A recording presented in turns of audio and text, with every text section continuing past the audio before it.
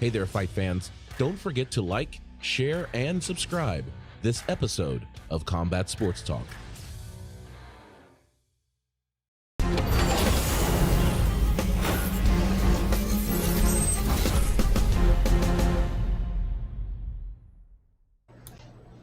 Welcome to Combat Sports Talk, a podcast dedicated to UFC and Bellator discussion, the MMA community, and combat sports in general. I'm your host, Ryan Smith, and joining me this week is the man with the keys to victory, John Key. Hey, everybody, and I promise you, that is Ryan Smith. That is not the dude from Stargate. Okay, I promise you. That is not the voice of Kratos anymore. That's actually Ryan Smith. All right. So, yeah. For those of you who are just listening to the podcast, you need to go to YouTube, see my new look. This is sans mustache, sans beards, sans hair. I am all clean shaven. The only thing I got is eyebrows. Yeah, he is smooth. His face is smooth as a baby's butt right now. So check it out, people. He does look like the dude from Stargate. Now that you mention it, it's like wow. People have said it. What was his name? Tilk or something? Or what was his name? Yeah. That's it. We gotta get you a Stargate poster in the background, man. I promise you, it'll be right. It'll be dope. No, it'll be dope, and man. Let's welcome back to the show. He's been gone a few weeks. George G Money Stalwart. Yo, how y'all doing, man? We're good. We're good. So go ahead, Brian. No, I was gonna say. So, last week you were looking for new bodies in a different city in Texas. How many bodies did you break? Didn't break any bodies. Hell, you probably had mine broken a little bit.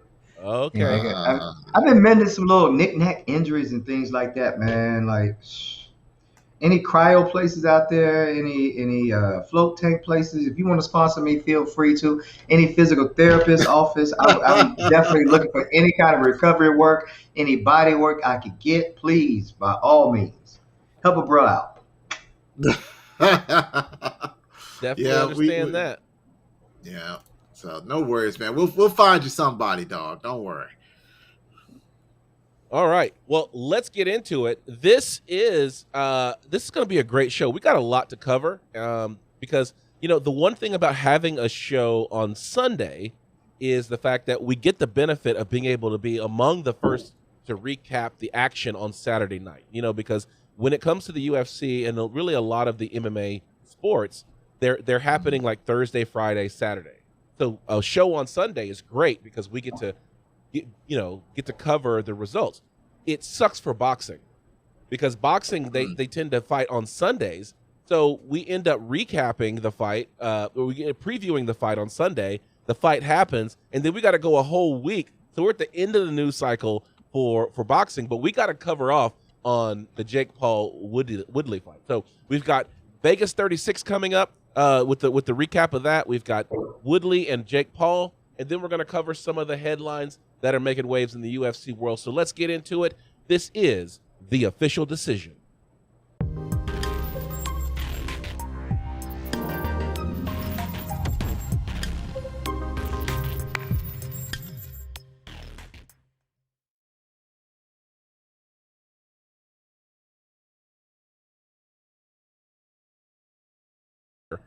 This is the official decision. This is where we look at the fights on Saturday night. The first fight that we want to talk about is UFC Vegas 36, and that was Brunson versus Till, the fight on Saturday night at the Apex Arena in Las Vegas, Nevada, Saturday, September 4th, 2021. So, first fight of the night, we welcomed a new fighter into the UFC. This dude had all kinds of steam behind him, and that is Paddy Pimblett, who defeated Luigi Vendramini via knockout at 425 in round number 1. It was an interesting fight. Okay, yeah, we'll take that. Paddy, which when a name like Paddy, and it's Paddy, so Paddington Bear, Paddy. I think his Yeah, full name I is think his Paddy. name is probably is his name Paddington or is his name Patrick, and they just call him Paddy. You know what? Give me 2 seconds. I'll answer that. So question. while we talk about it, let's go into it. So there is so much hype. The hype following Paddy Pimblett is similar to the hype that was following Conor McGregor. And so the UFC released a highlight film of his Cage Warrior action leading into his debut in the Octagon.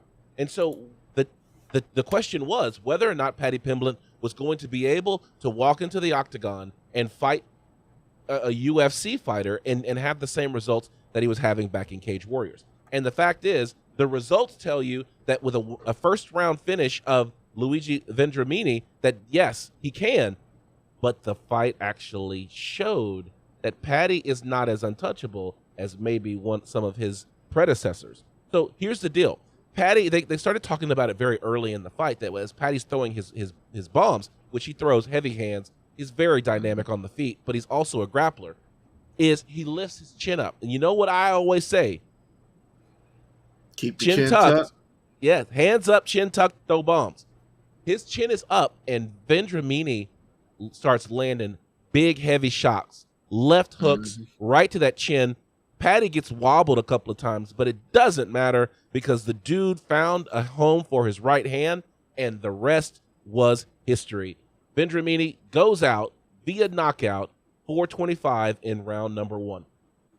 Gets on the mic. They have Bisping walk in there, and Bisping's like, "So, what do you have to say?" And he quotes Conor McGregor, "I'm here to take over."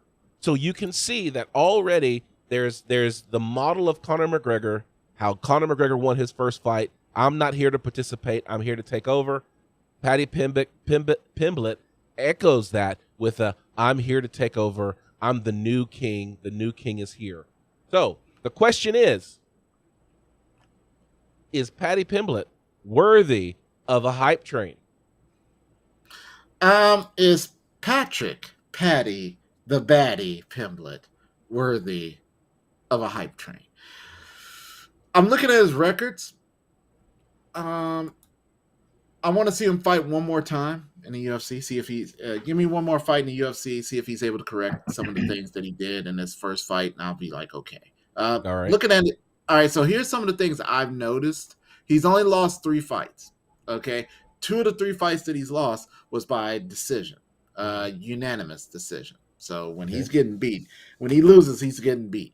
Okay. The third one was by a anaconda choke, and that was very early, like 2013, very early in his career. It's like his 5th fight in his career.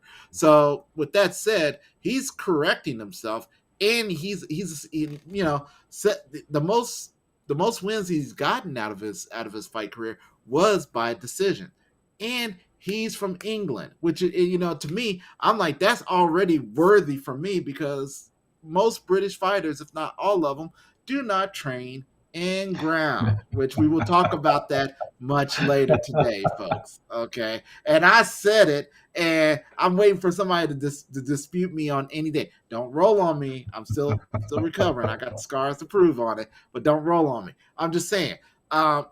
Yeah. So I'm give me one more fight, see if he corrects what he did in this one, and yeah, maybe I will be on the hype train. So George, what do you think? I'm still cracking up on the fact that he said your European fighters don't train ground for the most part, or better yet, what would you say, your British fighters? Mm-hmm. But yes, I don't know if I'm on this hype train, man. I'd like to see another outing or two. It's one thing to come over here and get your first win in the UFC, but I don't know the quality of the fighter who you're fighting. I'm not familiar enough with you. I have heard of you before, I do believe. But now you're in the UFC. I'd like to see another outing or two before I say I'm just on this hype train just yet. All right. Well, I got the button, and I'm saying like this. Don't believe the hype.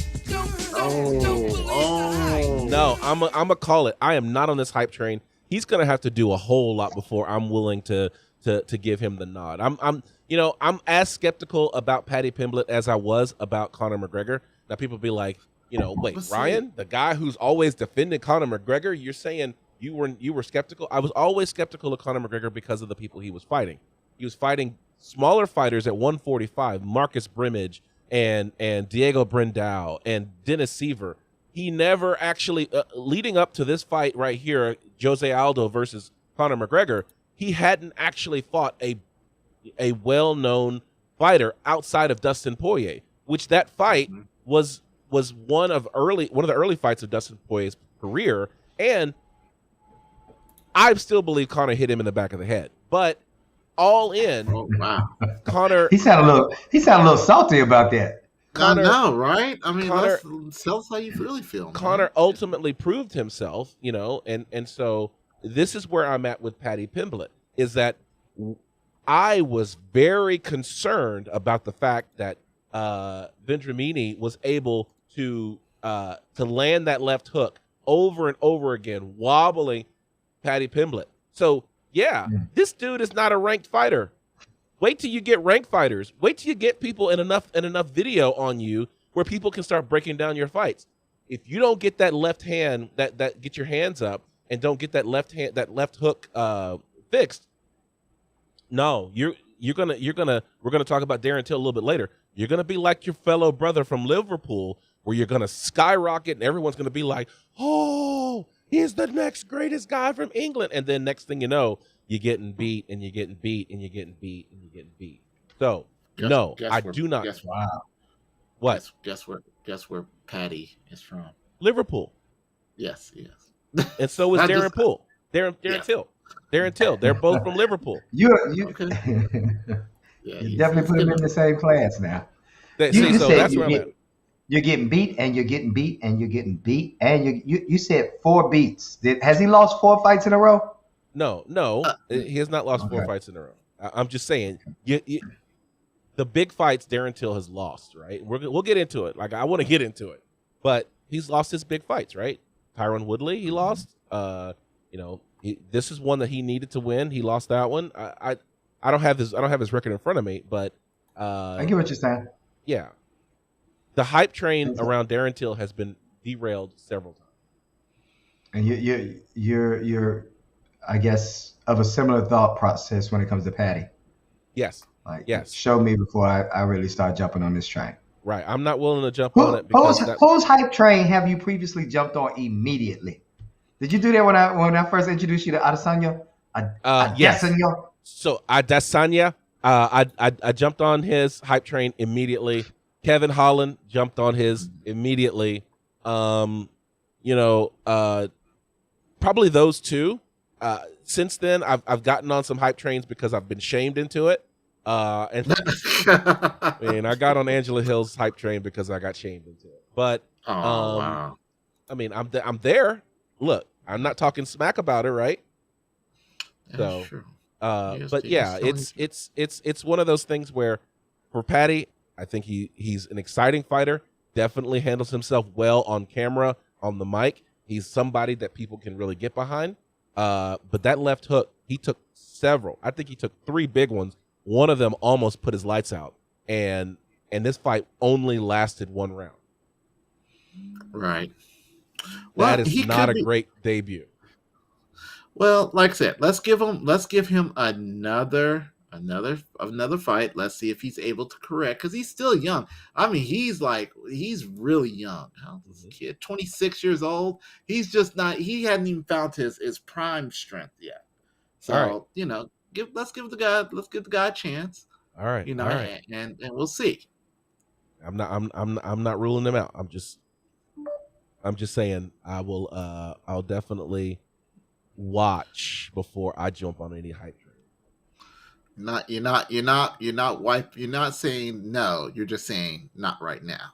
Correct. All right, let's go to the next fight of the night. Modestas Bukauskas versus Khalil Roundtree. Roundtree defeated Bukauskas via TKO, oblique kick, knee destruction, grossness.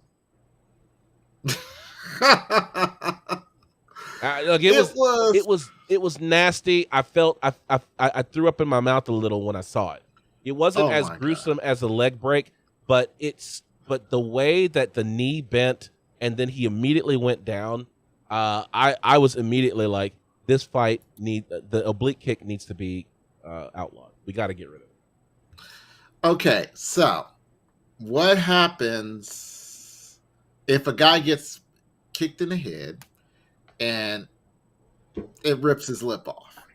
Do we stop do we outlaw that kick? No.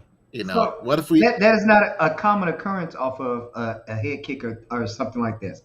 This oblique kick, it is becoming a common occurrence. The type of injuries that are a result of it, man.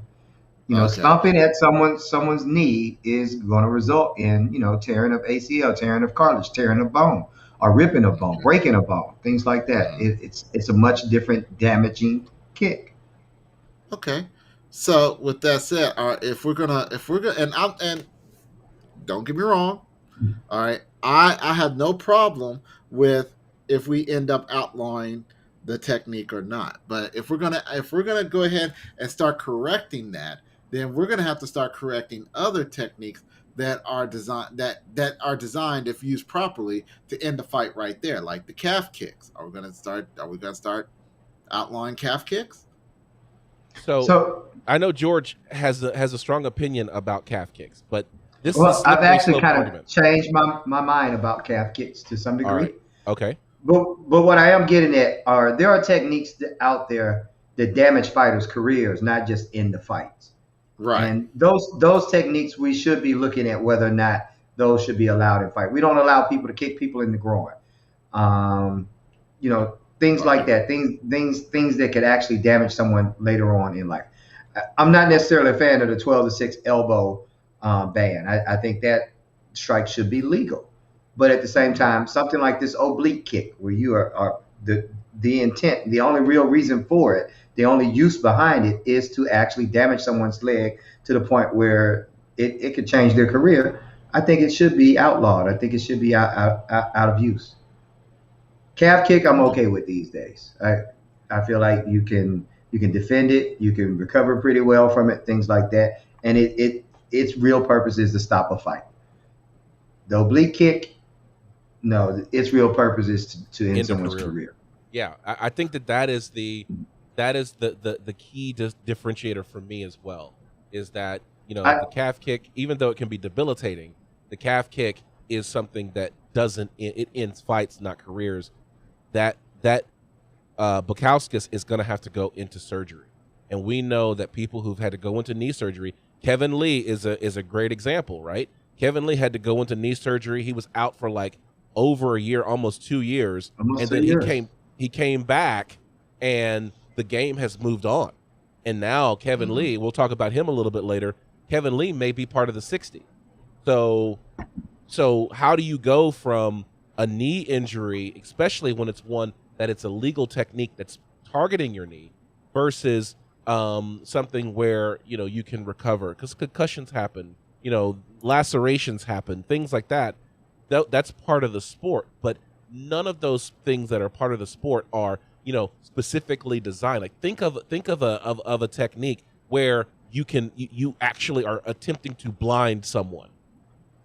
Like think of if eye pokes were a technique. That you could end a fight, but you could also end a career with that. That's why it's not legal. That's why we're looking for solutions for that. So then I think the oblique kick is another one of those kicks. And there's an effective alternative to the oblique kick, which is the teeping of the thigh itself. It stops forward movement. It stops fighters from going forward, and it's not damaging in the same way that the oblique kick is. Go ahead.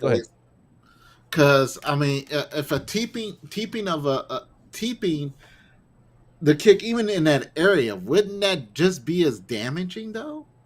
No, you can teep the thigh and absolutely do no damage to the knee itself. It just stops forward movement. When you start teeping the knee, the actual structure of the knee, that area, that's when you're doing damage. The thigh itself, no, you're just stopping forward momentum. So basically, you're saying that any technique that targets the knee is what really needs to be like.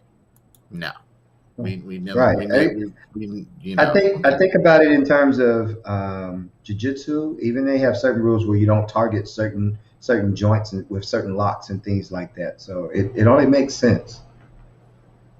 Okay. Well, yeah. Well, then I'm with that. I'm for that. Then yes. All right. Well, there it is. For those of you who are listening, hit us up, man. What do you think? Do you think that the oblique kick should be made illegal, or are you supporting of continued use of it? You know, if you're sitting here watching right now, type in the box. What do you think? Oblique kick good or oblique kick out? Let's go on.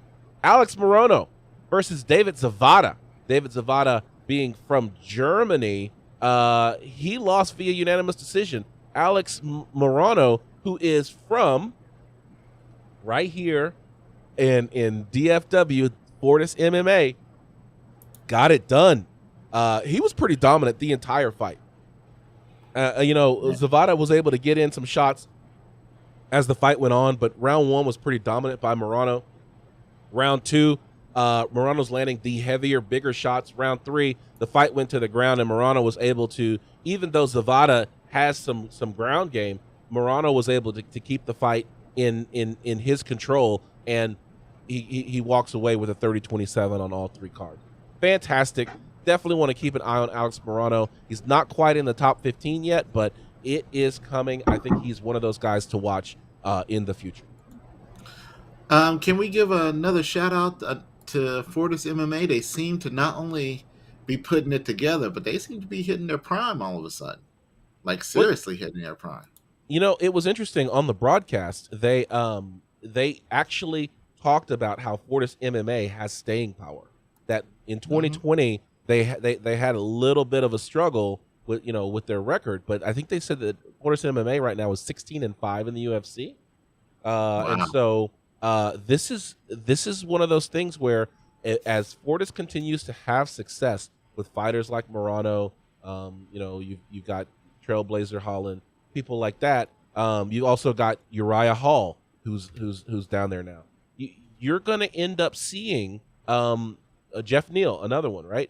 So you're going to start seeing this camp become one of those camps that we think of when we think of the best camps out there. You know, things like TriStar, things like Jackson Winklejohn. If I'm not mistaken, I think he's got over 20 guys in the UFC just in at Fortis alone. You mentioned Trailblazer. I don't think Trailblazer is out of Fortis though. Oh, he's not fighting out of Fortis? He's at Luter. So. He's at Luter, right? But you got guys like Alonzo Minifield. You got Ocho, Steven Peterson. You got Austin Lingo. You got so many guys over there that we probably don't even realize are UFC fighters or have fought in the UFC that we just don't see all the time, man. So he's got a steady roster of UFC fighters there on the go, ready to go at all times. That is awesome. That is awesome. In the co-main event, you've got Tom Aspinall versus Sergey Spivak. Spivak was a late fight replacement, but he got that check even though he didn't get that win. Aspinall adds to his undefeated run in the UFC with a TKO, elbow and punches at 2 minutes and 30 seconds in round number 1. George, I want you to go back and watch this particular highlight. Like, if you haven't seen it, I think this is something that you could add to your game. Basically, Tom Aspinall walks up, goes for like a clinch. He's got Spivak in the clinch, throws the knee, and as his foot's coming down, uses that momentum to throw a forward elbow, catches Spivak right on the temple, and Spivak goes sprawling out to the cage. Tom Aspinall follows up with hammer fists and strikes, wins the fight. It was a beautiful type of a combo because it was right knee as the right knee's coming down, right elbow. It was like a boom boom kind of a punch, and so or strike. It was really interesting because he had set up that, and you talk a lot about setting up the pattern and then breaking the pattern. He was throwing the knee and kind of letting them off, and then the knee, boom, elbow. Guy wasn't even ready. Didn't see it. Wasn't ready for it. Mm-hmm. And on top of that, Tom Aspinall at I believe it was post fight that he gave the most logical and very thoughtful speech on what he wants to do. He's not going to. They asked him, "Are you going to go for for the title?" He's like, "Yeah, eventually, but right now I'm going to keep working on everything I'm doing. I'm going to take my time with doing this. He's like, I'm only 28. Or he said 26. I'm sorry. He's like, I got 10 good years in the UFC. I'm going to take my time. It's going to happen, but I'm taking my time. I'm going to get better. So when the time is right, I'm going right in and getting it. And I was like, wow, that was probably the most thoughtful answer to, do I want that belt, that I've ever heard. So hats off to Tom. I think he's going to be a monstrous threat later, very, very much down the line. And something tell me it's going to happen sooner than later. Yeah, that's the one thing about climbing up and knocking folks out like this. You're not going to get to march up the ladder when you're knocking folks out the way you are, right? He said, I'm ranked number 13 right now, so give me number 12. It's like, dude, you finished number 12. That's what I like. You finished number 12, they're not going to give you number 11 and number 10. They're going to put you right into number 9. And you knock number 9 out the way you're doing it, they're going to put you number 6. Like, you're going to start accelerating. That's an exponential curve when you're making highlight film knockouts. But I mean, let's put it out there. If that's that's how you're supposed to do it, though. But that is how you just could respect the man who chops the wood, right? Like, exactly. we don't that guy who fells the tree using an axe instead of a chainsaw. That's the guy you're scared of. That's the guy you're scared of. It's like, you could have used a chainsaw, but no, I decided I want to use an axe. Right. I'm using the axe. See y'all in about an hour. Right. Just walks off. Yeah, that's the guy we're afraid of. That's the guy we're afraid of. Not all Mr. Right. Oh, go ahead. Well, we're getting into it because this is a guy that used the chainsaw. Derek Brunson versus Darren Till. Darren Till, of course, we talked about at the top of the show. Had this meteoric rise and then, found the ceiling at Tyron Woodley, and my has Tyron Woodley have fallen. Talk about that next. But Derek Brunson defeated Darren Till via submission. Yeah, when was the last time you saw Derek Brunson choke somebody out? 2 minutes and 13 seconds in round number 3. You sound like Adesanya. I am not convinced. I'm not impressed by your performance. When was the last time you saw Brunson choke somebody out? Why you gotta talk about that man like that? Like, that's a double backhanded right there, because it's like, you I'm did getting Till two at the same time. Man, that was a 2-for-1. That was like 1-1-2 followed up. Oh man. So in this fight, Darren Till really, he showed some glimmers of why people follow Darren Till. Darren Till is a great striker. He is a Muay Thai guy, kickboxer, and he does his job well. He's really good at it. Why are you smiling, George? Is he not Muay Thai? Is he just kickboxer? I think he's Muay Thai. He went down. I hadn't said a word. I just see you he smiling. Is Muay Thai. When you don't have anything good to say, you shouldn't say anything at all. Not on this show. This show is made by saying things that we're not good to say. No, because I may run into Till one day. I don't want to do like you did and diss him at the same time as you diss Bronson, 2-for-1. Like slap. Okay. No. But no, both of them see you at the same time, they will team up to whoop you. No, I'm So man. I think what the smile was about was the fact that yes, Darren Till does train Muay Thai, but he trains it in Brazil. Don't find me, Darren. I'm with you, man. I'm so with you, but don't find me. You know where you train at, okay? I know where you train at. All right. I'm not the one dissing you. I am just making light of the situation. Stating facts. Yes. Listen, while you're searching, can you search to see if the words black belt and Darren Till and Muay Thai are in the same sentence? That's all I want to know. All right, hold on, and if you do, it's a drinkable moment. Those of you who are playing the Combat Sports Talk drinking game, black belt and Muay Thai reference. That's a drink. We only need to go to our world of Wikipedia to answer this question. All right. So while you're looking, Darren and Till, it's not. He does not. Okay. All right. Great. So it may be legitimate Muay Thai, traditional Muay Thai. I'm not saying legitimate. I'm not trying to disparage anybody who's training Muay Thai, Brazilian style, and getting belts along the way. He's just traditional Muay Thai. He's a traditional Muay Thai practitioner. He came out looking pretty good, but the fact is that Darren Brunson makes his game by grappling. He was able to get this fight to the ground, and basically there was nothing Darren Till could do. Brunson ground and pound Darren Till all the way through the end of the first round. Darren Till came out at the end with a shina, big old whoop under his eye, and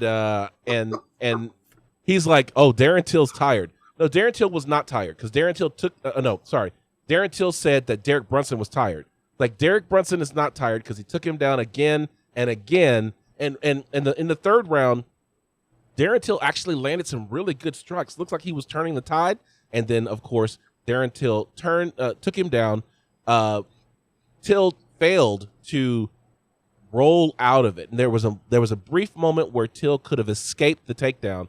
He failed, and that's when Derek Brunson ended up in mount position. Of course, Darren Till rolled, and as he rolled to his stomach, giving up his back, that's where Derek Brunson locked in the rear naked choke and finished the fight. So before the show even started, Bruce Bobtrotter was like, Darren Till went into this fight with 0 takedown defense. I think Brandon Moreno is a 125-pound dude, could take down Till. Way too limited for success in the UFC. He went on to curse. He went on to say, I think many UFC fighters could take down Till. UK guys even train UFC grappling. Fighters. He said female UFC fighters. Like, dude, these UK guys even train grappling and takedown defense over there. What a joke. Okay. There you go, John Keys. That's your setup. Go into it. All right. So no, we'll see. Okay, I can't say no because there are some BAMA, British Association of Mixed Martial Arts fighters, that actually do train in grappling, that they're few and far between, and those that do find themselves being extraordinarily rare, and they go elsewhere. Being over there, understand this about the British. They have developed some of the most vicious strikers that we have ever seen. Paul Daly being one, MVP being the other. All right, and they're good for their striking. That's what they do. They go in there and stand and bang. However, in the realm of mixed martial arts, they kind of forget that mixed part of mixed martial arts. So yeah, I've seen it time and again that British fighters, their number one weakness is ground game. They train very minimal, and more likely they train to keep the fight standing. But when they're on their backs, they're in trouble. That's why you see fighters like why I'm so impressed about Cyril Gane and Francis Ngannou. But yeah, they're part of that European family of mixed martial arts where they don't have a good ground game. So whenever I see a European fighter come in and beat the life out of somebody, I see that. I mean, look at Overeem. He's a Dutch kickboxer. He's a kickboxer, for Christ's sakes. Destructive on the feet. He's learned over the years to implement a ground game, but he don't go to it often. I'm going to give you a counterpoint on that. All right, here we go. Okay, I'm with it. Leon Edwards, rare breed, exception, not the rule. Okay, exception. All right. So I mean, how many? Okay, so think about it this way. Tell me of 5 fighters right off the top of your head from Britain in the UK that are known for their ground fighting. Can't say I Take know. the whole show. Well, they say Paddy Pimblett is actually another one of those exceptions, that he actually has a ground game. Exactly. But I think it comes down to this. When you look at those places where there is great fighters who fight on the ground, it's places where there is a culture of wrestling. So we'll start off with Russia and Dagestan. They Russia as a nation has a strong history and culture of wrestling. The next one, the United States. The United States has a strong history and culture around wrestling, while places like Brazil doesn't necessarily have a strong wrestling culture. The Brazilian jiu-jitsu and all of that grappling that happens on the ground is a strong sense of national pride and culture. When you start going into places like the UK, you don't have that. Maybe they had some great wrestlers at one time, but it's not a cultural thing. Their cultural pride is striking. I mean, look who the heavyweight champion is in boxing. Yeah, All the heavyweight belts are held by British fighters. Mm-hmm. And that's because that's their culture. That's, like you said, it's a culture. They developed they developed and perfected the sweet science over there. Absolutely, because how do you survive a soccer match if you can't fight? Wow. See what I did there? You're bringing really it. I'm bringing it today. Is this what we doing? What? Yeah, he went there. And as far as your Russia reference, yeah, I mean Sambo, but you gotta understand Sambo was taught in World War II. I'm not talking about Sambo. I'm not referencing Sambo. I'm saying you go to the Olympics, and there are 3 nations that are almost always going to be challenging for a medal: Russia, the United States, Iran. Ooh, very good. Very good. You're right. Sometimes other nations, Eastern Bloc nations, things like that, they're going to have different, great wrestlers as well. But it's all influenced, that Russian influence, that Middle Eastern influence with Iran and the United States. Like, those are where your hotbeds for wrestling are. And that's where you have a cultural, you have a, you have a, a foundational framework for building great athletes. In wrestling, you're gonna find it in those 3 areas of the world. Okay, all right, I'm here for it. I'm for it. So British fighters who come and train in the United States and start working that wrestling, they get better. Like you said, they improve their anti-wrestling, takedown defense kind of thing. That's what they end up getting. But it's a cultural thing, and I think John Jones said it best, is that a wrestler can be taught to strike, but wrestling is a lifestyle that you have to live in order to obtain those skills.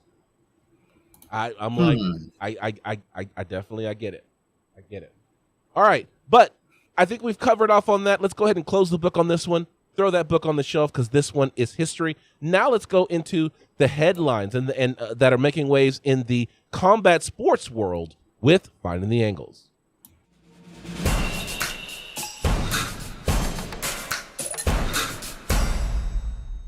All right, this is Finding the Angles. This is where we talk about those headlines that are making waves in the UFC world, or in the MMA world, or in the combat sports world. Because the headline that we're going to talk about today is we're going to wrap up what happened last Sunday. This is Woodley versus Jake Paul.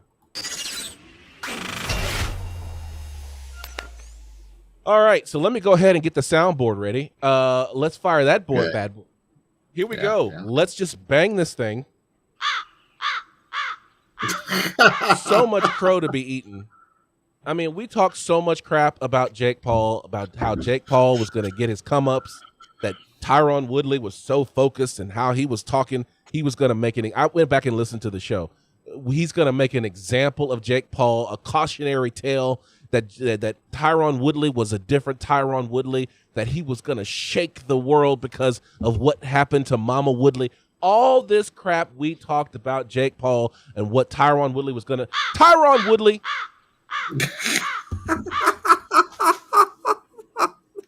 I am so mad about Tyron Woodley. I am so mad about Tyron Woodley that I'm going to have to bring back an oldie but goodie audio clip.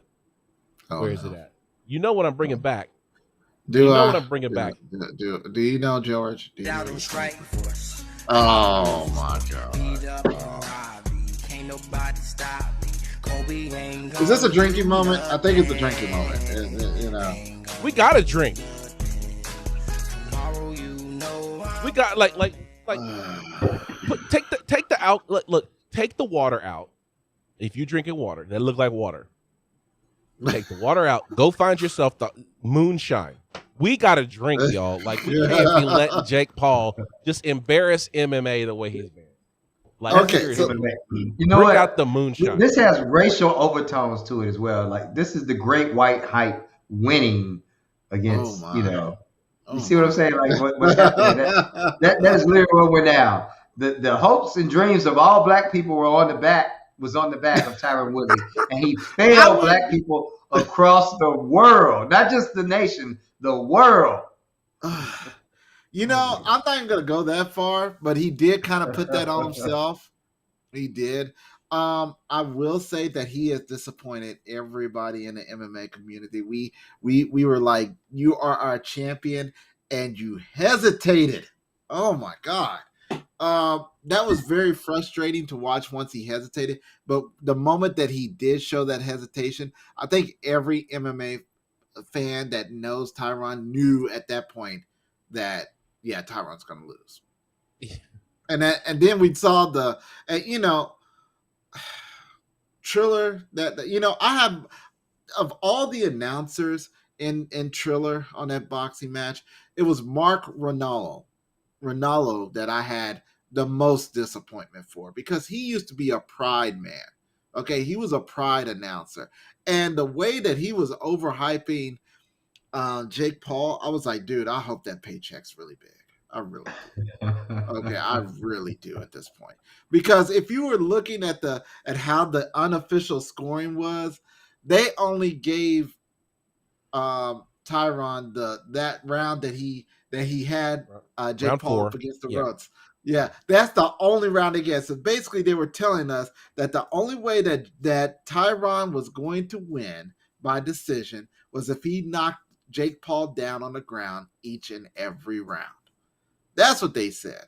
So we already knew. We kind of understood that he was going in against a stacked crowd.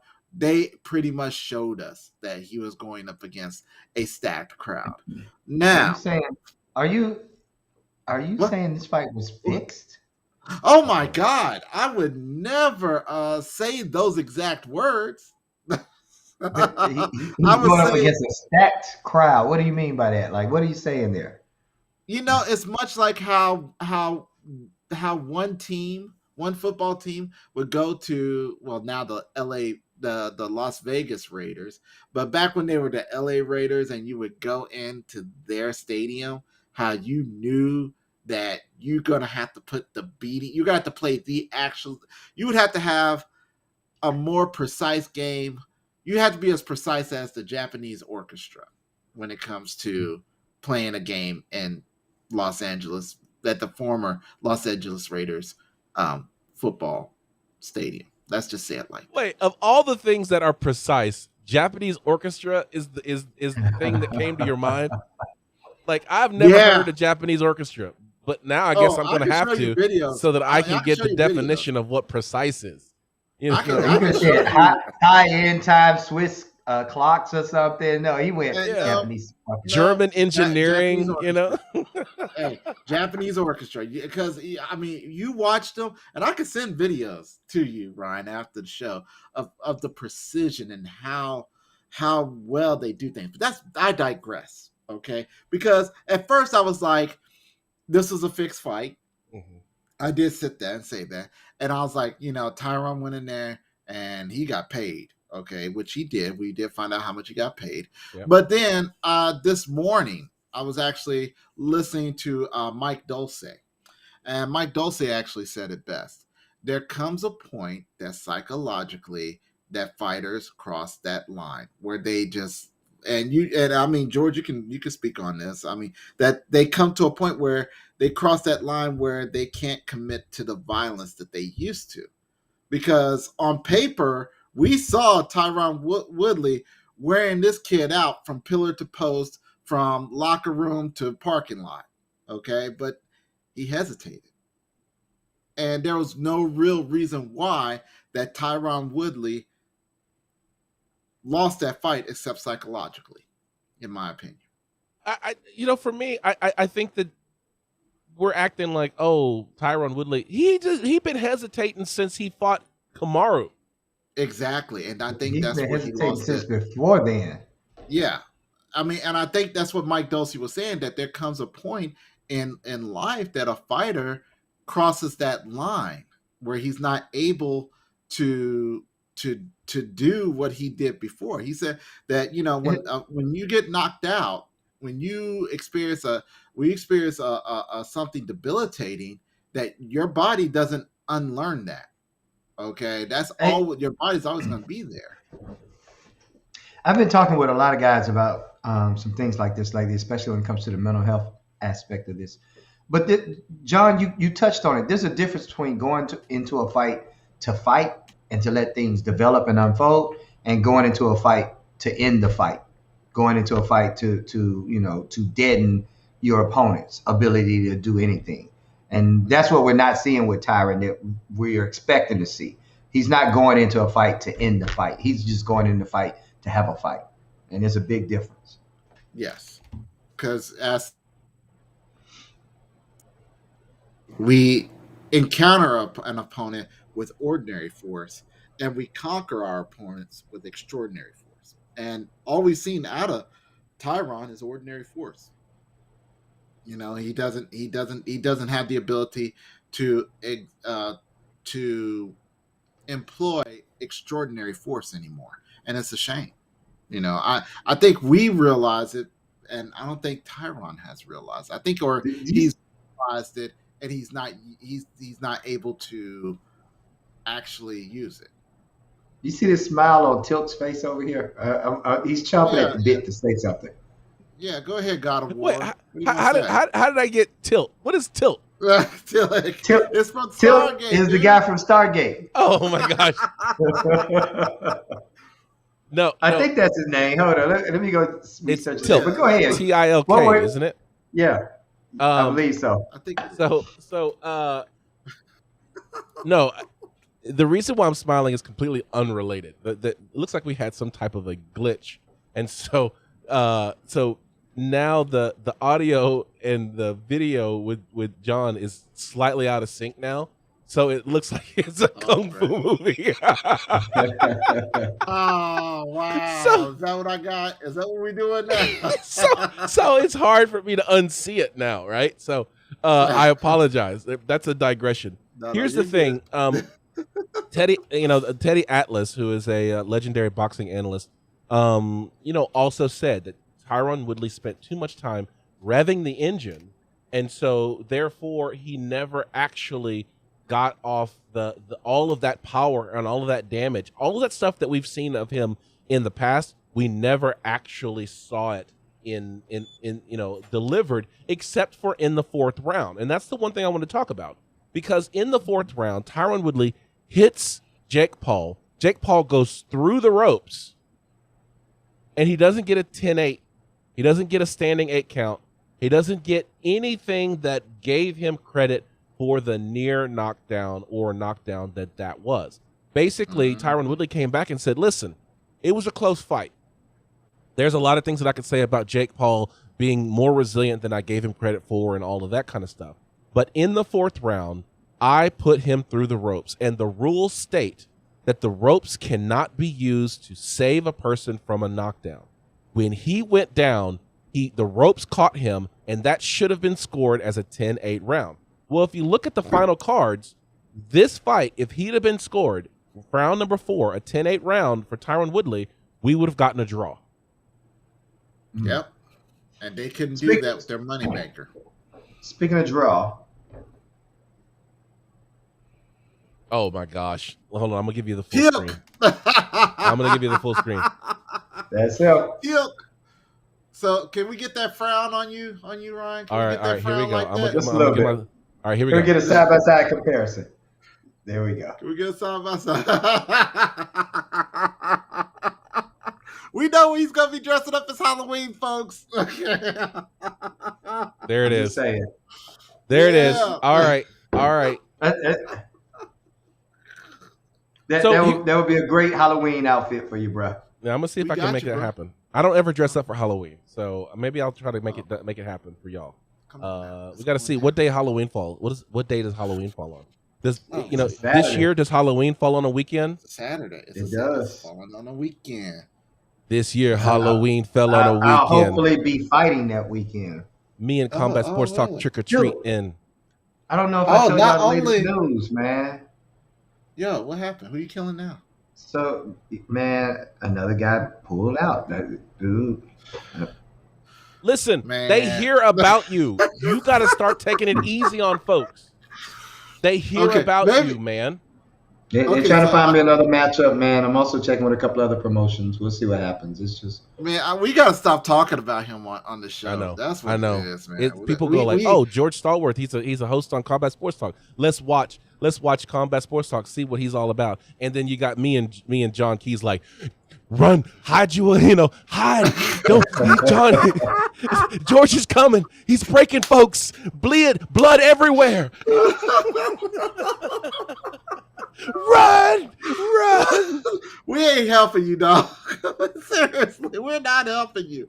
And so I think we may need to make an unwritten rule. We just can't. When George announces a fight, we just go dark about George. Can't talk about it. so one of the promoters that I talked to actually asked me, he's like, would you consider maybe putting your or what did he say, putting your social media to bed for a minute, just until you get a good matchup and like. See, Yeah, see, that's what it is. man, it's So, us, dog. I went back, I looked at my social media, and it's like, no, there's nothing on here that should be running guys off or whatever.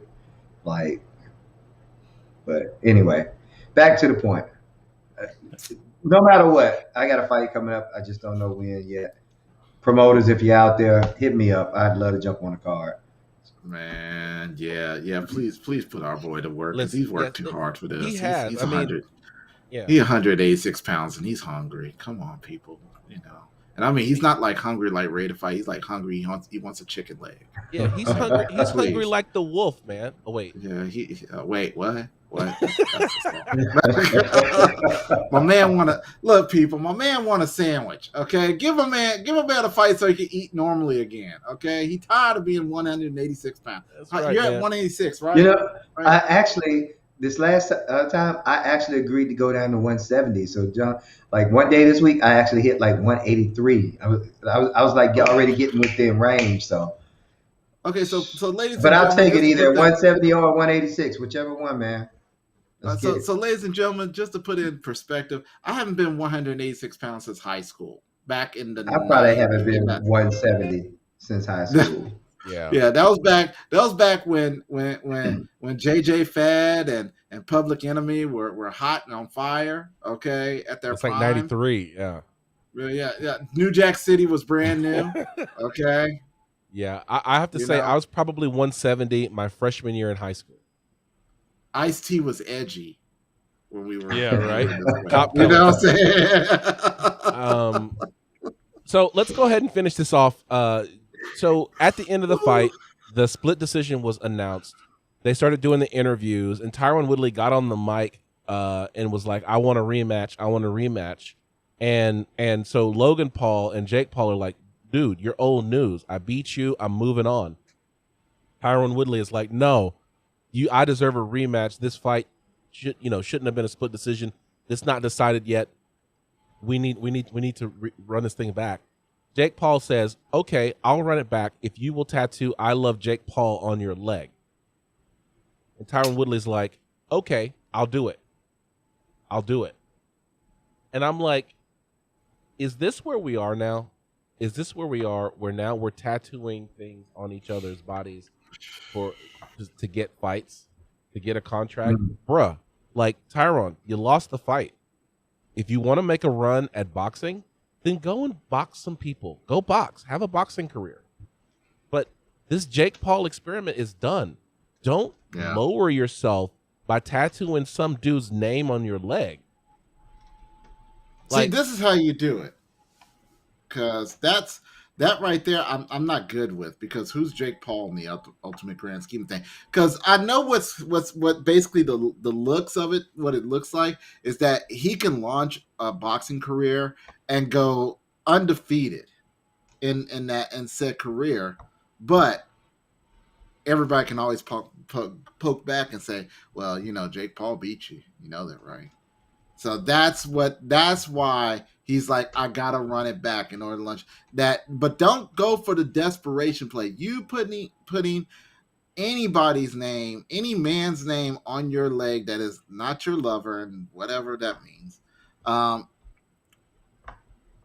That's a desperation play. Don't do that. Yeah. What you do, you go beat on some people like a caveman until Jake Paul you come the first real boxing opponent that you want will be me.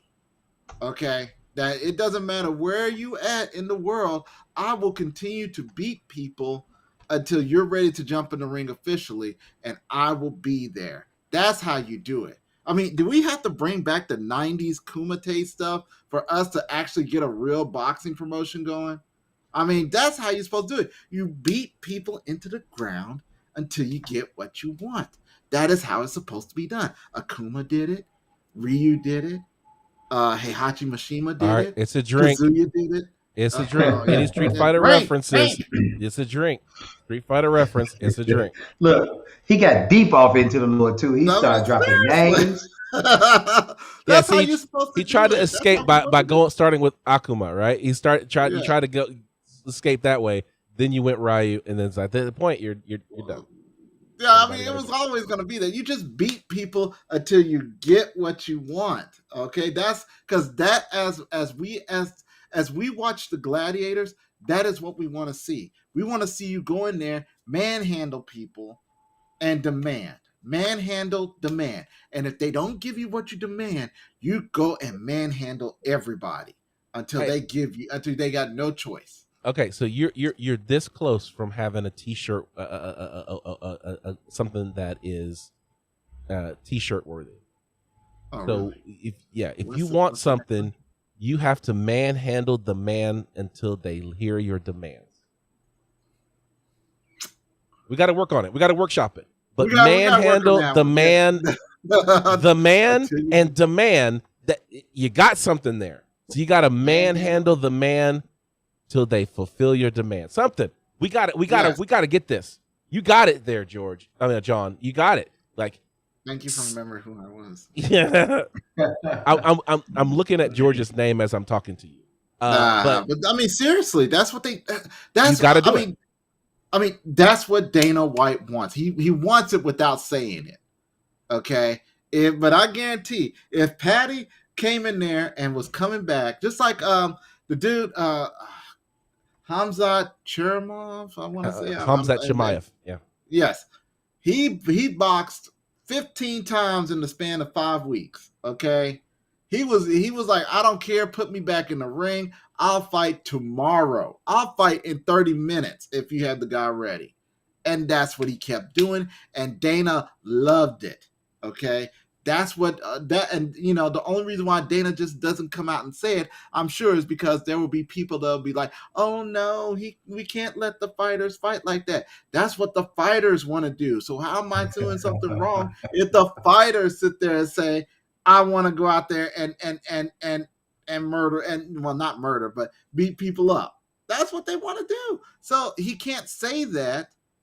Okay. But that's what the ultimate fighters take note. I mean, I understand the whole pay thing. We still got to fight on the pay thing. Don't worry. I'm still with you on that. But in the meantime, beat some people. That's what they want ultimately. At the end of the day, yeah. In the end of the day, beat on some people. All right. That's right. George, don't worry, man. We're gonna get you a sandwich to you, dude. Okay, I promise you. We're gonna get you a pork chop on a pork chop dinner plate to you at some point. All right. And let me be the first to say, George, that if you don't get a fight by Halloween night, then I will personally put John Keys in the ring to face. That's what I'm gonna do for you. Hey, wait a minute. Okay. I will do that for you. I just got shoulder surgery. Okay. You should be healed by that time. You good. You good for it. We got you. Wait a minute. He gotta eat, man. Look at him. Bro, man, how much is it? Well, hold on. How much is it paying? How much is that loser pay? Because I mean, I'll do a Tyron Woodley. I will take a dive. I mean, Tyron Woodley made $2 million for losing to Jake Paul. $2 million. That's not a bad loss. That's the biggest paycheck I think you've seen in the UFC. I don't think the UFC ever paid him $2 million in a lump sum. I agree. So there all you right, go. let's go on. Let's move on. Joe Rogan got COVID.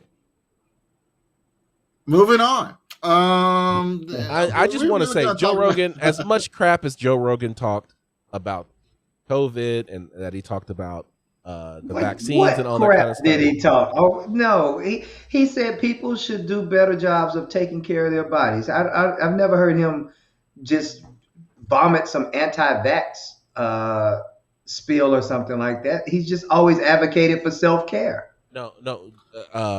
Joe Rogan did come out. I think he came out in favor of methoxychloroquine, and then I think that ivermectin too. He's on ivermectin. He took ivermectin. He took ivermectin for this, but I think whenever I think it's methoxychloroquine came out, he was like in favor of that, and then whenever the CDC ruled that it was not therapeutic for COVID-19, then he fell back to the, well, what do I know? I'm just a podcaster. I'm not a doctor. Y'all shouldn't listen to me in the first place. So it's and you know it's been kind of one of those things where even though he may not have been on the offense from a COVID or vaccine perspective, he's always been a bit of a skeptic. And so it's interesting now that he's got it, that they threw meds, monoclonal antibodies, ivermectin, Z-Pak, prednisone, everything. Like, that's the thing that we really should talk about, is the fact that when people who have resources at the level that Joe Rogan has, when they come out and they're talking about COVID and they're really underselling the impact and the threat that the virus has to their audiences, then they get it, and then they have all of these resources to then take advantage of healing and trying to fight the vaccine.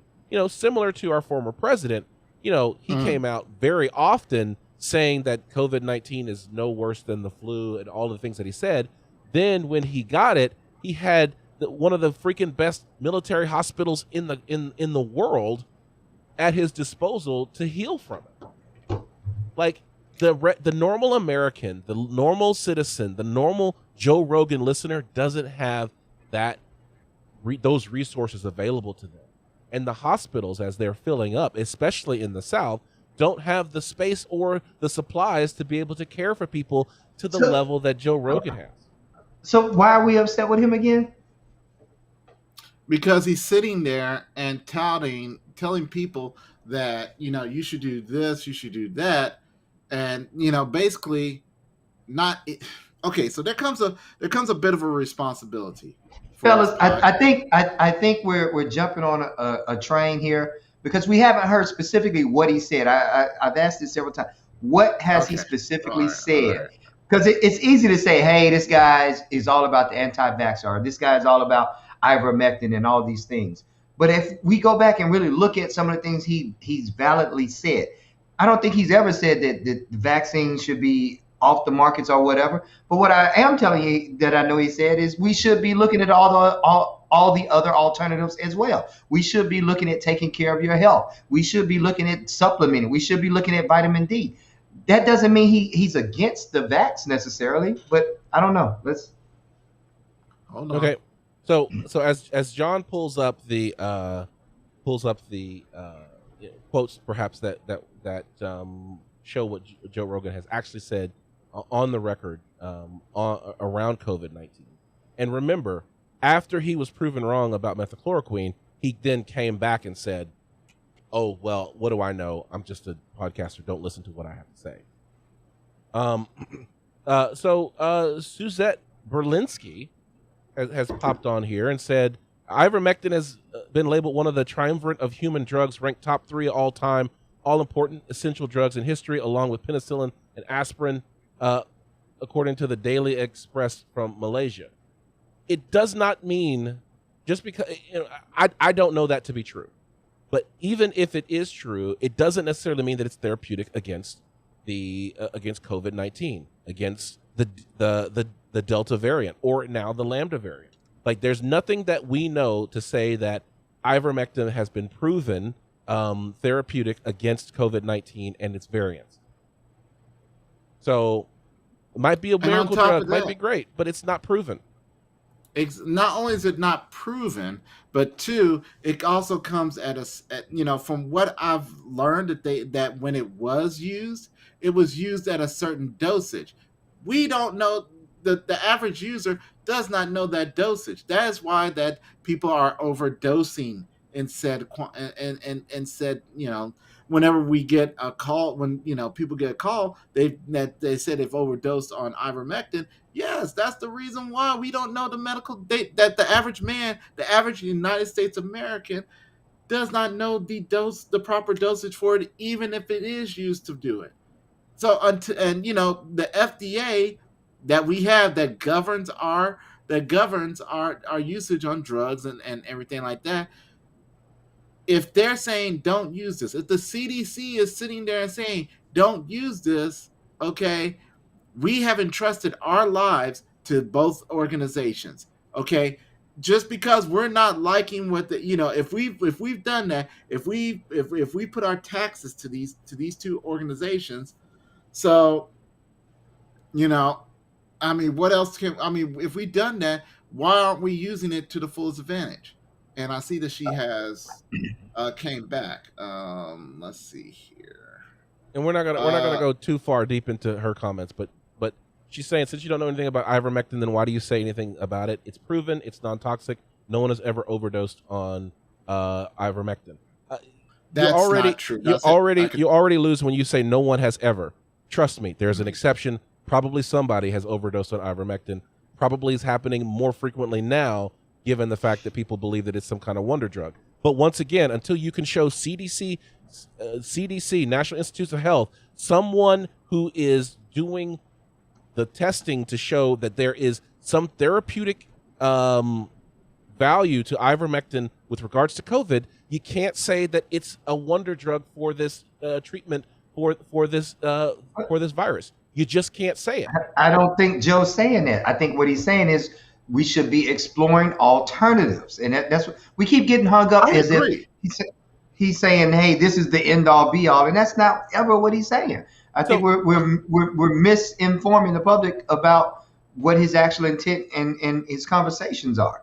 He's just saying that we should be doing more on our own. We should be taking care of our health. We should be out running every day. We should be out getting in sunlight, and we should be looking at other alternatives of drugs as well. No one I think is going to jump on Joe Rogan for saying we should look at other alternatives. But Joe Rogan did take fire for saying if you're a healthy person and you're exercising all the time and you're young and you're eating well, like, I don't think you need to worry about this. When now the Delta variant is out, now that we've got Lambda variant on the horizon, who is it affecting the most?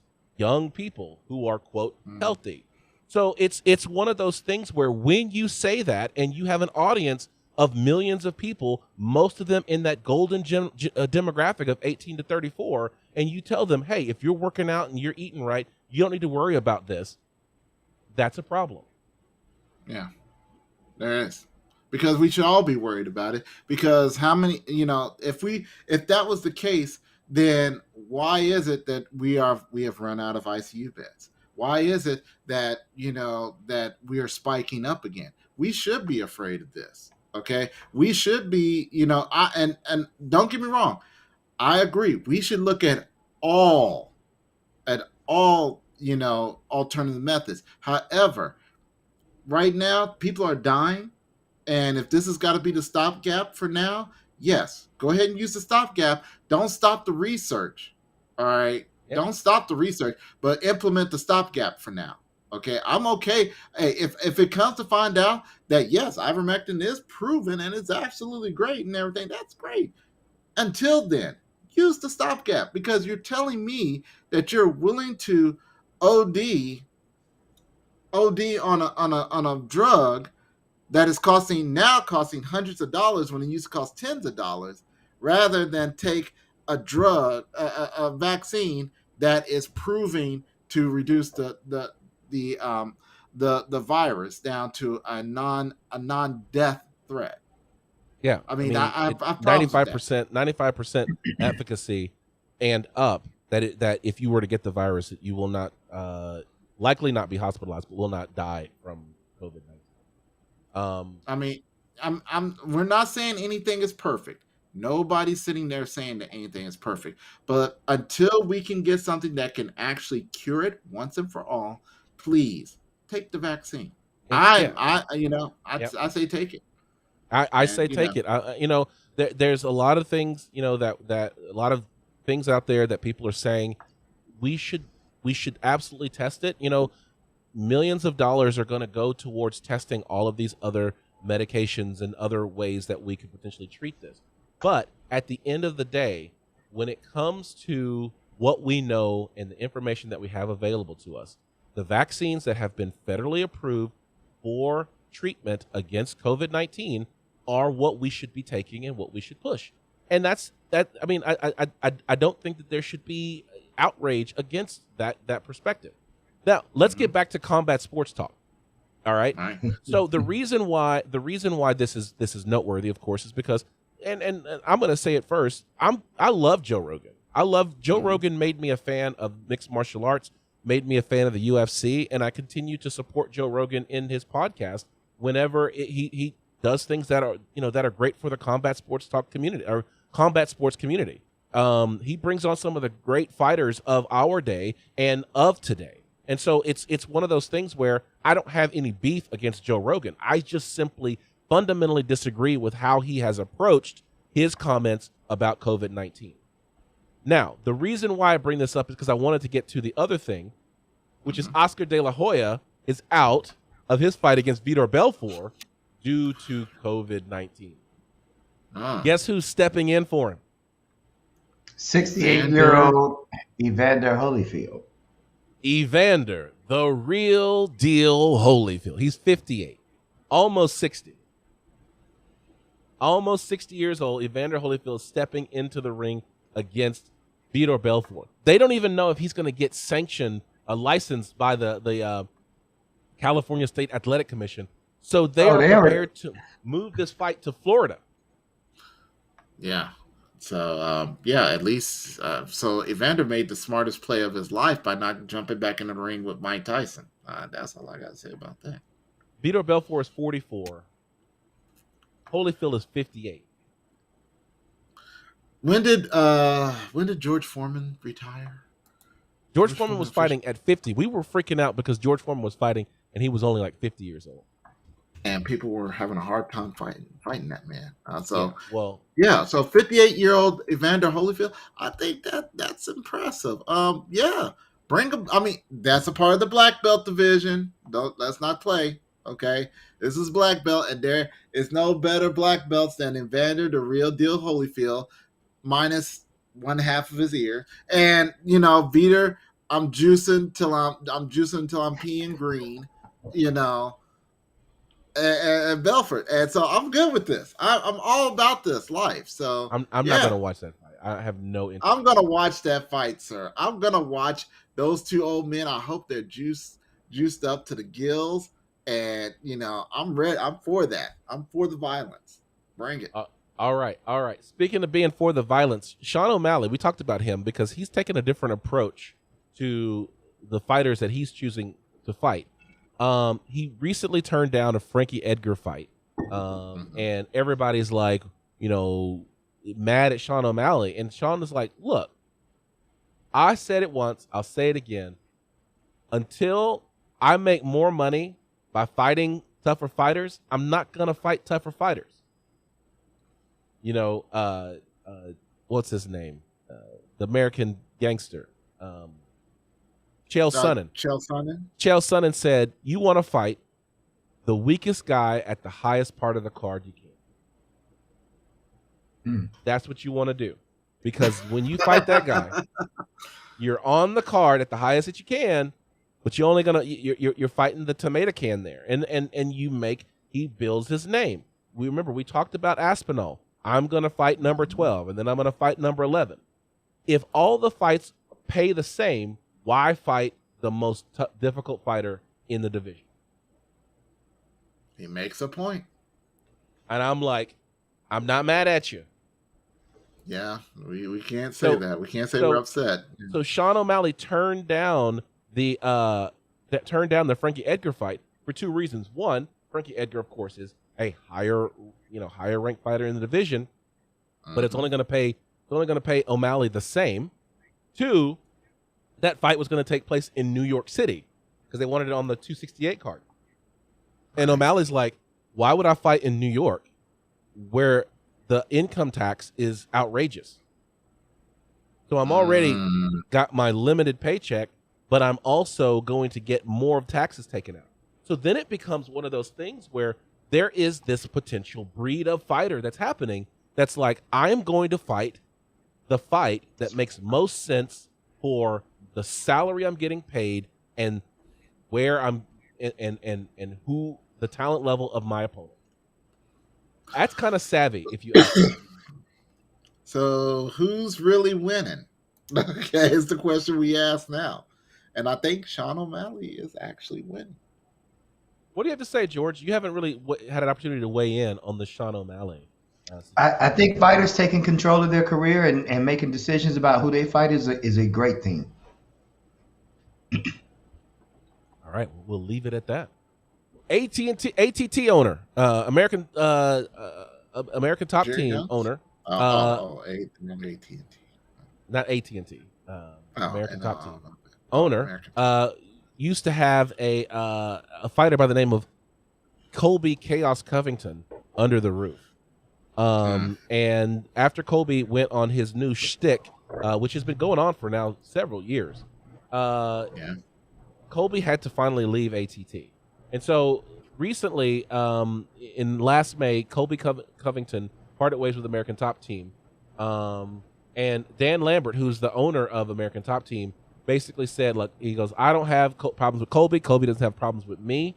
He's like, just his personality and who he was and how he was promoting himself doesn't mesh with having a big gym with 100 fighters in it. He says if Colby had stuck to crapping on Brazil and maybe supporting his presidential nominee of choice, he would have been fine in the gym. But you start attacking other people in your gym and coming at other people that aren't even in your weight class or even your gender of fighting, it doesn't make for a comfortable situation in the gym. So what they're saying is the fact that Colby was anti-Brazil as part of his shtick, the fact that Colby was walking around with the red, keep America, keep them. What is it? I can't even think of it. Make America great. Make America great again. There it is. There's a Keep America Great too, right? But there's a Make America Great Again. Like the fact that he's wearing his Donald Trump hats and all that kind of stuff was not a problem for ATT and Dan Lambert. It's basically when it crosses the line and he starts picking against his teammates in fights. When he starts calling out female fighters, and I remember, what was it? Irene Aldana, isn't she one of them that he called out? He went at JJ. He went at Jay. Yeah, he went at Joanna Jacek on that too. And so it's like when you start calling out your teammates and picking against your teammates is when you become a problem in the gym. And that's why they felt like it was best to part ways, and not particularly the shtick that Colby Covington brought to the MMA world. Interesting. So speaking of parting ways, we got to talk about the 60. So Darren Stewart, the dentist, is no longer under UFC contract. They cut him after he lost to Dustin Jacoby. So he is 0-3-1 in his last 4 fights. This was one where he lost the split decision to Kevin Holland, which was really in that period of time where Kevin Holland was just firing up straight to the moon. Lost the decision to Eric Anders, and then lost to Dustin Jacoby. So, it's one of those things where Darren Stewart is a beast. He's just so big, so powerful a striker. It's unfortunate that he wasn't able to string together the wins to stay in the UFC. But hopefully, there's always a way back. If you keep winning, as John Keys says, if you, take it to the man, they will fulfill your demands. This. I'm working on it. I'm still workshopping. I'm with you, man. I'm here for that. I'm here for that. I'll be working. Darren Stewart can lay a path of dead bodies and come back. and fight in the UFC again. Robbie Lawler is the perfect example of that happening. Dude, strangely enough, I think a lot of these cuts are going to wind up benefiting these guys in the long run in terms of going to other promotions, exploring other areas, and building other promotions, man. Because like when the UFC is making cuts like these, you can rest assured that those 60 guys are going to land somewhere. The majority of those guys at least, whether it's Bellator, ONE FC, or any other regional promotion that's on its rise and climbing up. So I still think that this isn't necessarily a bad thing, so to speak, in a lot of ways.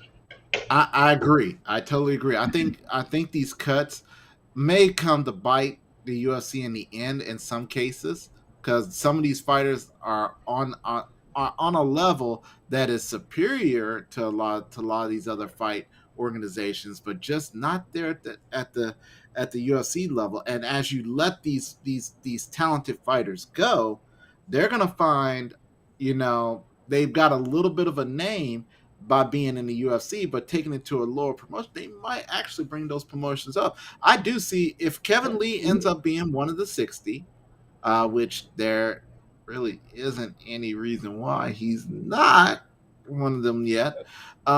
If he goes to Bellator or ONE or somewhere like that, he can actually have a chance to really put some bodies underneath his name, and then come back triumphant.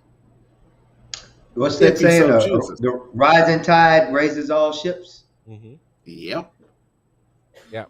So what's interesting is that a fighter like Sam Alvey, who's also struggling to put some wins together, Dana White, it seems to be wanting to keep him around just a little bit longer.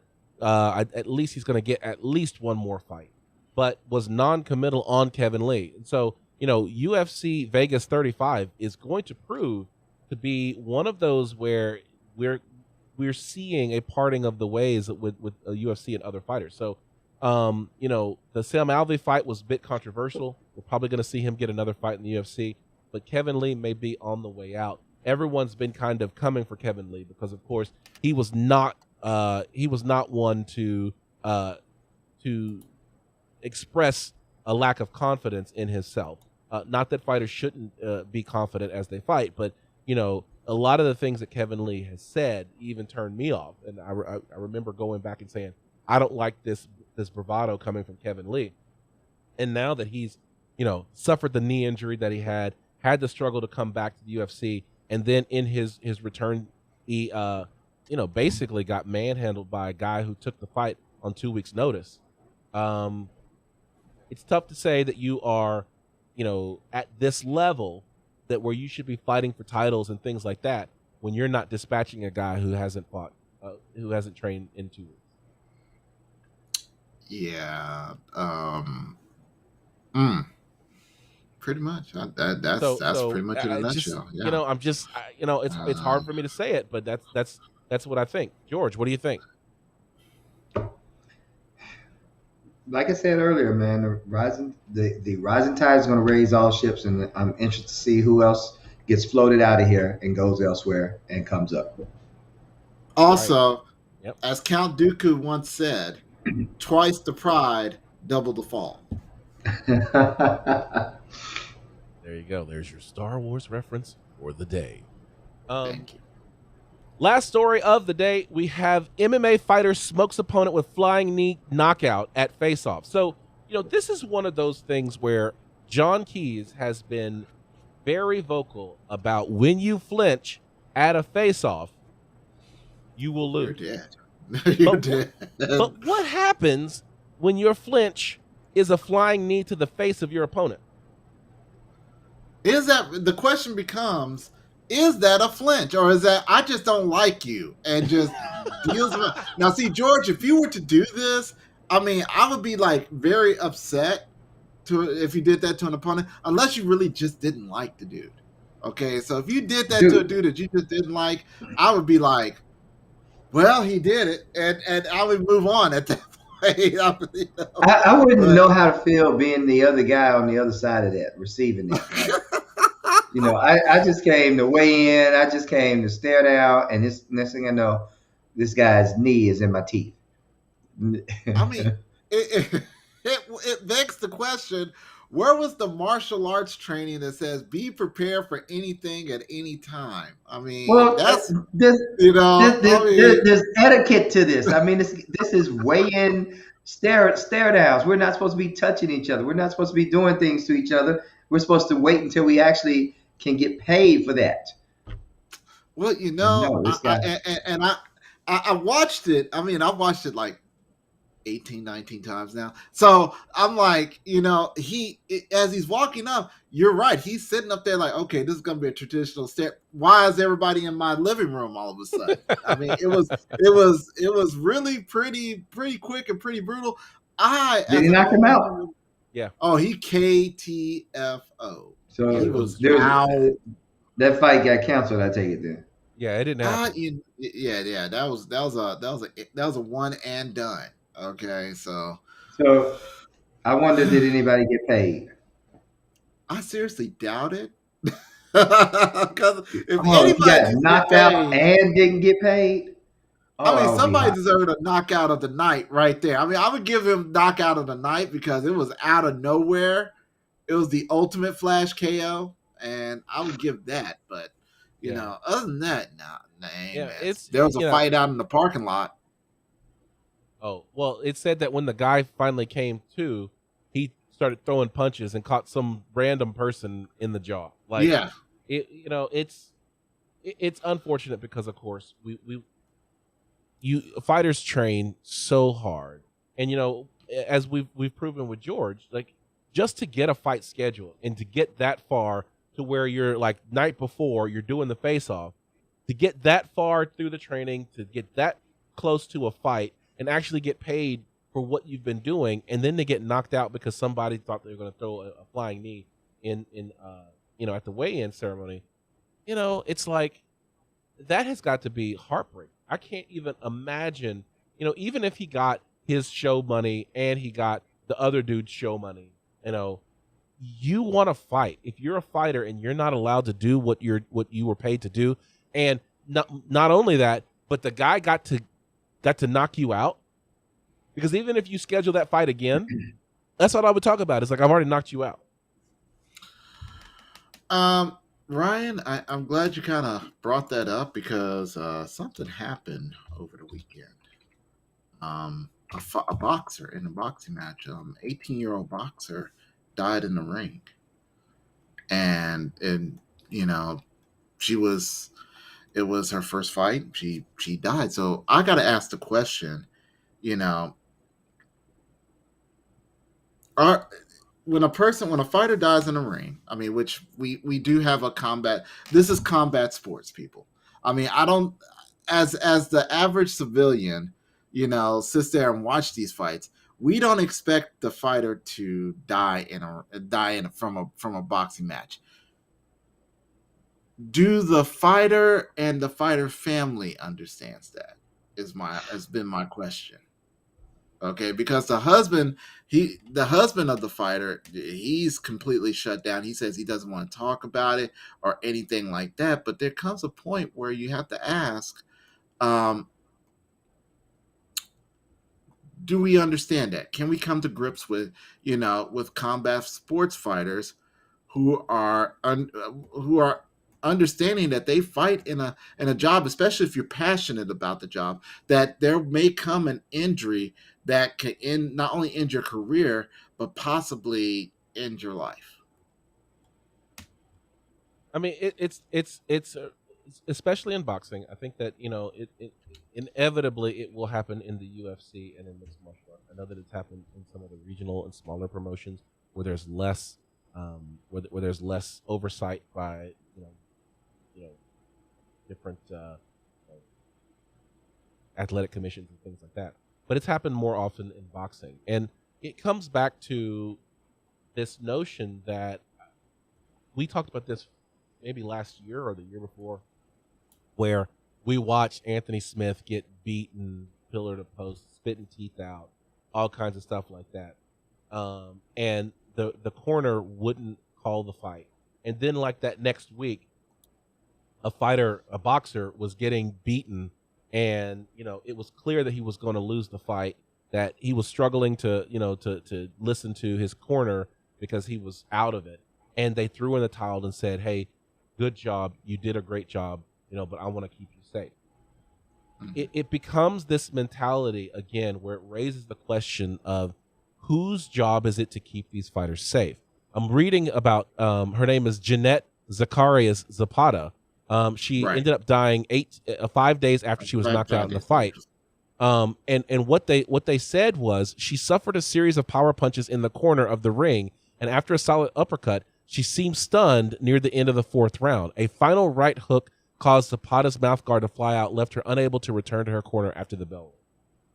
So when you're a fighter, and that's their first fight, and they're taking all kinds of damage and all these power punches, and they're eating them, when do you say, you know what, you're 0-0, we'll take a 0-1, and let's go back to the look at this again. And George, I'm interested in what you have to say, because a lot of times the fighters that you train have their first fight. Recently, one of your fighters had her first fight. If she is getting beaten up in the corner,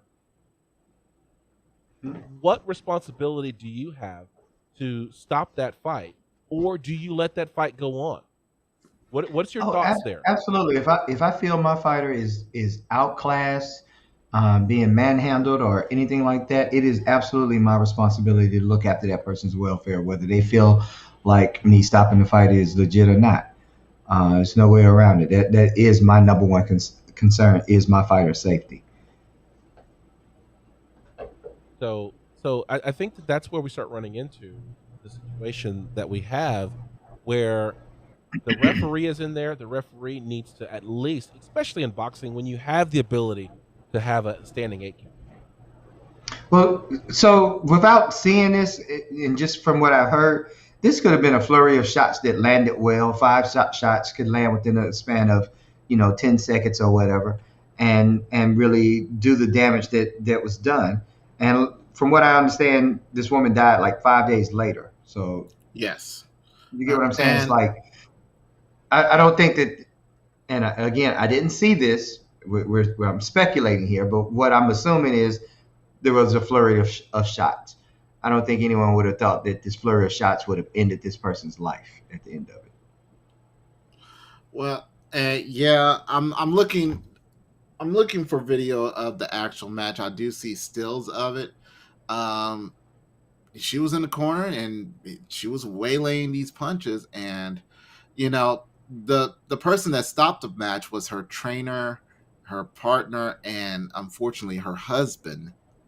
That was one, because they said that she appeared to be convulsing while standing up, and it was her husband that actually laid her on the ground and called the medical team over there to get them.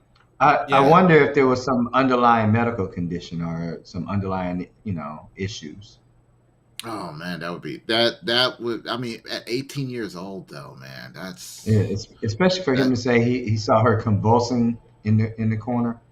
Yeah, while standing up. Yeah, I mean, this is like worst of the worst case scenarios in my opinion, and I mean, it just harkens back to the what's the more violent sport once again. Yeah. Okay, wait a minute. I have video. I have found the video. It only shows. I'm watching video. I don't know if you're watching the YouTube video from Sleepless Buddy or not, but hold on, guys. We don't see what's happening. We don't see what's happening before. We only see the last couple of strikes. So, well, if it was a competitive fight and then this happened, then that definitely does change the tenor. So, I don't want to.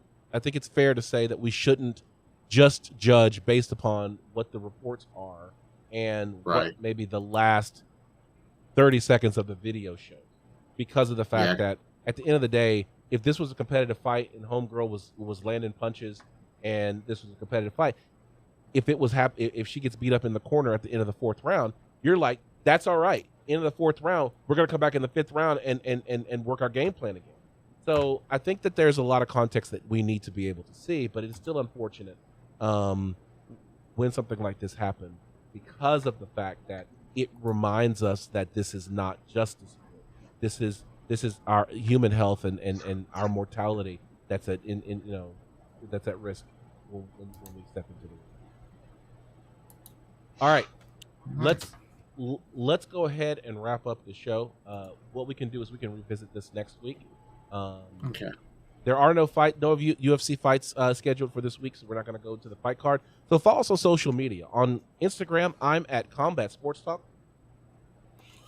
And I am at Keys to Victory, and that's Keys with an ES. I'm at Darkside_Muay Thai_ on Instagram. That's awesome. And you can find us on our website at www.combatsportstalk.com. I want to send a shout out to MMA Junkie, MMA Fighting, MMA Mania, Bloody Elbow, and the Intelligent Defense Discussion Group. Right now, we've got the question up in the discussion group on Facebook. Should the oblique kick be outlawed? Of course, you got our thoughts on the show today, but definitely join our group on Facebook and weigh in on whether or not you think that the oblique kick should be outlawed in future fights. And that's about it. So on behalf of George G Money Stallworth and John the Keys to Victory Keys, my name is Ryan Smith, reminding you to keep your hands up, your chin tucked, and throw bombs. We'll catch you next time.